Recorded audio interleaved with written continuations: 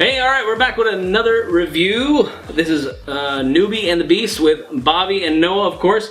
And we are reviewing the Taro Pro today by Vaporesso. And fuck, man. I'm disappointed. Yeah, I'm genuinely disappointed. Beautiful device. Yes. It's beautiful. I absolutely love the design on it. I was so sad to hear that Noah, like as soon as he walked in the house today to do the review, he was like, this thing sucks. So, all right, tell us why it sucks. Look, first of all, the menu system is a bitch to use, okay? Yes. Let's get that thing out of the way first, okay? It's a bitch to use. It's so complex. It's like, what the fuck am I doing half the time? I mean, for me, I'm experienced. I know half of what I'm doing most of the time. But for this menu system, it just was complicated. I couldn't figure out half the times what I was trying to do with it. The Beast couldn't figure it out, y'all. I mean, I could figure it out. It took me a little bit of time, but it was so time consuming. And yes, it's cool. They have the curved wattage thing all up in there, the curved temperature control, blah, blah, blah, new technology. Awesome. But it was really complex to use. So not user-friendly. Not user-friendly, no. When you want to quit smoking, or if you want a new device that's going to help you quit or help you stay off cigarettes, you don't want something that's complicated.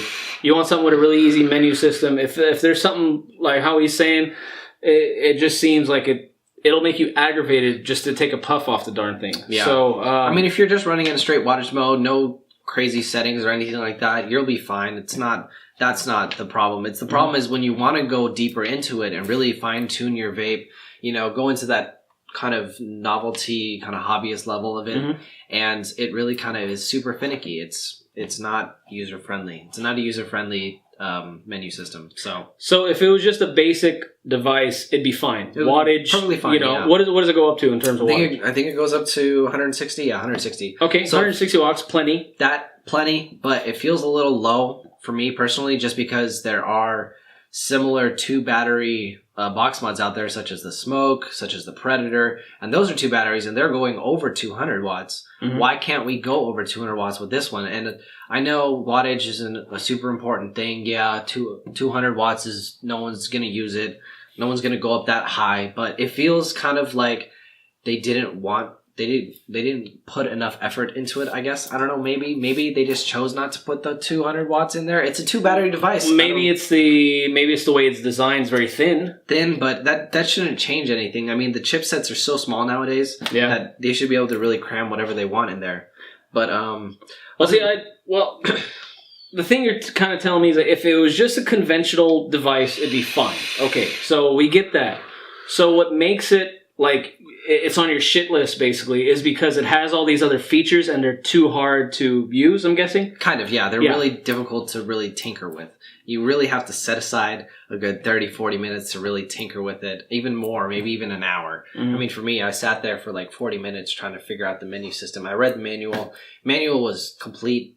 Well, it was in that crappy Chinese to English. So it was difficult. Can't understand what you're doing. I mean, you can understand, but they're like, press button 2 times. Wait, which button? It's not super clear. There's a couple different buttons on here. There's 4 actually. So all right. So this kind of reminds me of something like I love televisions. All right. So when I go out and get a new TV, and it's basically all right, this is a cool TV. It does this, that, and the other. Works well, good price, perfect. But then you get into that upper echelon of televisions that has, this thing's got 3D, it's got 4K, it does this. It's a smart TV, all But this if you other can't nonsense. use it because the menu's so screwed up, then it's not worth having it or worth going through the trouble of getting to those other menu. Because I have a 3D TV downstairs. I won't put the glasses on because the menu system is so screwed to get there, and sometimes it doesn't work, that I don't use it. So there's all these extra features in this device that just are hard to use. Yeah. Okay, so you wish that was a little more user-friendly. A little bit more user-friendly. So that's the main complaint, user-friendliness. I think what a cool idea would be maybe is to put a Bluetooth chipset into this. I'm guessing there's probably the space in it, and I'm looking at it. It's a pretty wide device. I feel like they could put a very small Bluetooth chipset, put an app on the phone, adjust the settings from the phone. I think that would be a great idea. That's asking a lot. It is asking a lot. But we look at things like smartwatches, smart chargers. These have Bluetooth in them. Yeah, and they're already a small form factor. They last. This one lasts 4 days for me. Yeah, and it's Bluetooth. I can change stuff on my phone. I can look at the settings. I think that this is way bigger. Look at this. So you should be able to. Well, what are the functions that are the high end functions that you aren't able to use? Well, what do they actually do when you can get them to work? The curved wattages is a nice thing. What is that? The curved wattage basically lets you select over the period of 5 seconds of where you want the wattage to vary. So say you want an initial hard hit, but then it's a drop down. So you can start it out 120 watts and then drop down at the end to 110, 105, something like that, or whatever you want. That seems in between. Cool. It's a cool thing. Yeah, it's really nice. It lets you kind of tailor your vape. Say you want it to kind of slow ramp up, you can do that. Or even if you're in temperature mode, you can change the temperature curve itself too. But it's not something that's I would probably use on a daily basis. That's another thing. If I set it, in there that you don't even want. If I set it once, I'd set it, I'd leave it there. Yeah. But if I swap devices, because I swap tanks, I swap RDAs all the time, I have to change it each time for each individual one. And that's kind of a hassle. So I've just, I kind of just set this thing on the side for 2 days because I was just I really don't want to use it. Yeah. So, another con for me personally is I don't like the way it feels in the hand. Yes, the beveled curves are nice, but it feels like you're holding one of those old Nokia phones or something like that, or it feels like a shitty phone. It feels like the old Nokia phones where it was kind of awkward in the hand. It felt just not comfortable. I mean, even some of the iPhones, you feel like you have to reach all the way across. You have to change the way you're holding it, and it wasn't very comfortable. I think. If they kept, it's cool, it's something different, it's a different design, it's a different look, but I wouldn't recommend it for people with smaller hands. Yeah. It could be a problem for you if you have smaller hands. You may not be able to really get a good grip on it. Your tank is kind of overhanging as well. How does it work with RDAs? RDAs, it works fine. Everything is sat on it and fired, nothing problems with that. But I'm seeing this again, just paper thin, even thinner than the Predator 228 that I reviewed earlier. It's just a little bit of just not making flush contact with the top of the with the very top. And it could be, and that's super nitpicky. That's really nitpicky. This is super small. But for me, I like things to sit flush. I want it to look clean. And then that's another thing, the overhang. The overhang on anything over 22 millimeters. If it's a 24 millimeter tank, 24 millimeter dripper, you're going to see that overhang on both the side and both of the sides here. There's just a small little overhang.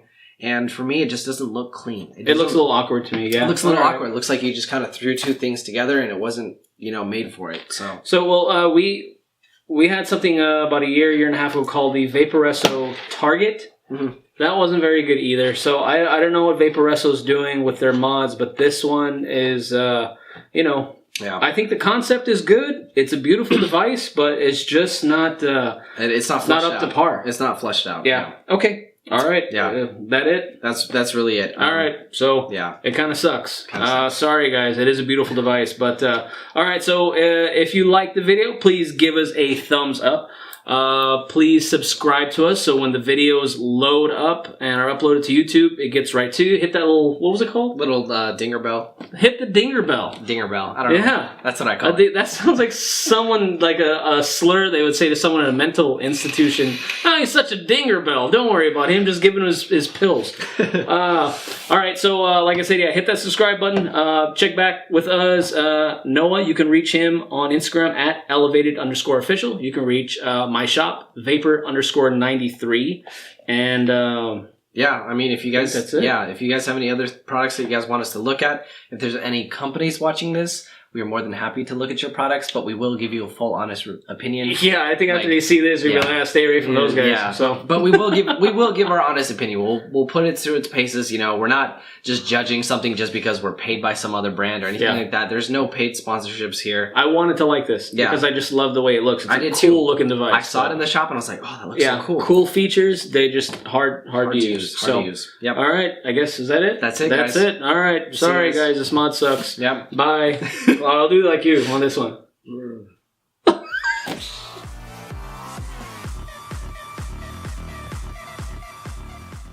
All right, so you stuck around for the whole video. Congratulations.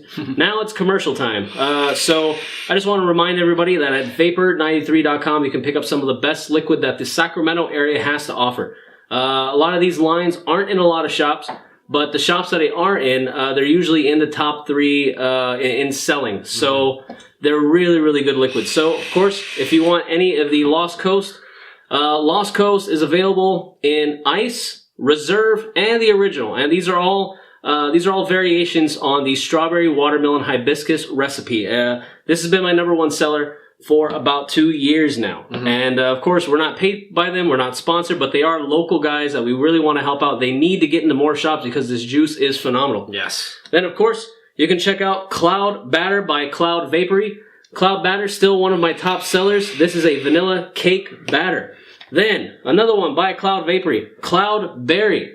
Cloud Berry is a berry cake batter that is phenomenal and still selling like crazy. We also have Betty Blue by Cloud Patrol. Cloud Patrol is also under the Cloud Vapory label. Betty Blue is a blueberry cotton candy. And last but definitely not least, I'm going to hand this one to you. Yeah, this is probably hands down one of my favorite. Carolina Cookie, again, by the Cloud Vapory people. This is a great custard juice as well. On that sweeter side, it is a snickerdoodle cookie. Yeah, it's so good. Great stuff. Great stuff. So that's it. Yeah, go check out vapor93.com if you want any of those flavors.